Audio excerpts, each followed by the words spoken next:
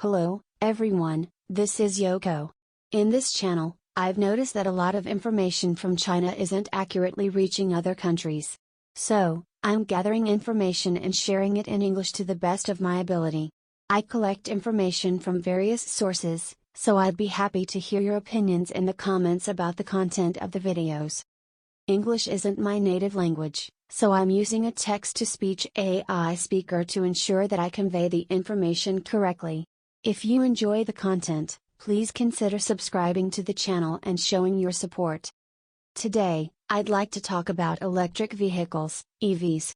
Currently, there's a global trend with an increasing number of electric vehicles, EVs, being sold. Some people believe we've entered the era of EVs, but others see various challenges with EVs. For example, from a consumer's perspective, when you buy an EV and later decide to sell your old gasoline car as a used vehicle, it tends to have a lower resale value. The reason for this is that the EV's battery degrades with use. Buying a used EV with a degraded battery can lead to performance issues, like more frequent charging. This is similar to how smartphones experience reduced performance with prolonged use. Replacing the battery can be costly, and in such cases, it might make more sense to buy a new car rather than switching to EVs. So, unless EV prices significantly decrease, transitioning to EVs when buying a new car might become a burden. Additionally, the decision to switch to EVs also depends on the environmental impact and the carbon emissions associated with electricity generation. In countries like Japan, where gasoline infrastructure is well established, EVs may not be as convenient as gasoline cars. The source of electricity used to charge EVs plays a crucial role in determining their environmental impact. For example, in countries like France with significant nuclear power, transitioning to EVs may result in lower overall carbon emissions. However, in countries like Germany, where nuclear power is less prevalent, the source of electricity generation becomes a critical concern. This issue extends beyond automobiles and is deeply connected to how electricity is generated. Therefore, the situation varies by country. For example, China heavily relies on coal for electricity generation while also promoting environmentally friendly EVs. This can be seen as a political stance, with China taking advantage of the CO2 reduction initiatives in the West to advance its EV industry. As a result, Chinese EVs have entered European markets in large numbers, causing concerns for European automakers. European countries are now investigating whether China is engaging in unfair practices, such as dumping cheap EVs with state backing. This investigation is primarily an attempt to protect local European companies. It's worth noting that subsidies to companies are subject to strict accounting and audit systems in open and transparent economies. In contrast, China may employ hidden subsidies that are challenging to uncover. The Chinese government has various means at its disposal if it wishes to support its enterprises discreetly. In summary, the situation is complex and involves multiple economic and political factors, making it challenging to address all the nuances comprehensively.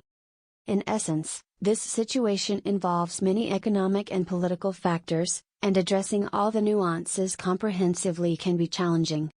So, if there were a serious price competition with China, there's no way to win against them.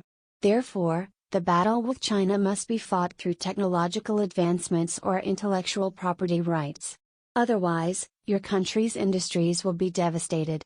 And the fact that this is happening in the realm of electric vehicles, EVs, indicates that the technology for making EVs isn't significantly different from that of gasoline vehicles.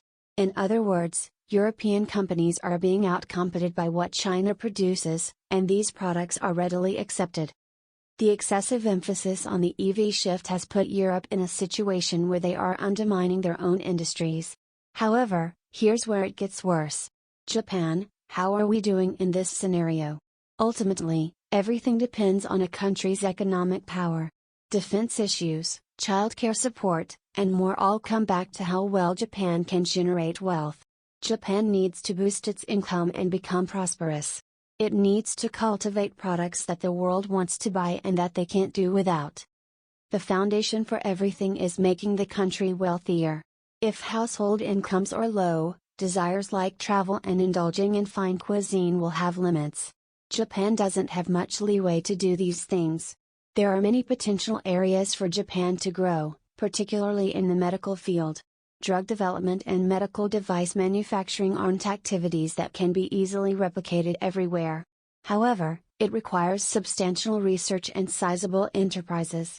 Japan has the potential, but if it falls behind, it will be dependent on foreign countries for medicines, and that's not a desirable position to be in.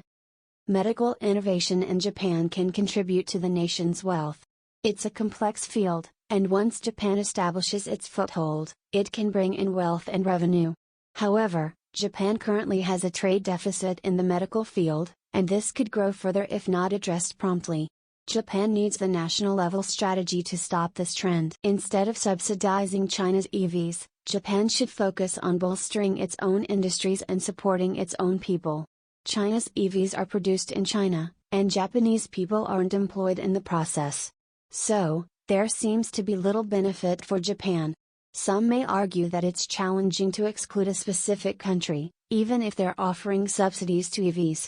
However, there are various ways to do this. For example, the United States has a system where the final assembly of the EVs must occur in North America for them to be eligible for subsidies. This means that even if China wants to export EVs, they wouldn't qualify for subsidies. So, it's possible to not single out China but rather exclude products from being eligible for subsidies. Europe is also taking steps to restrict the entry of cheap EVs from China.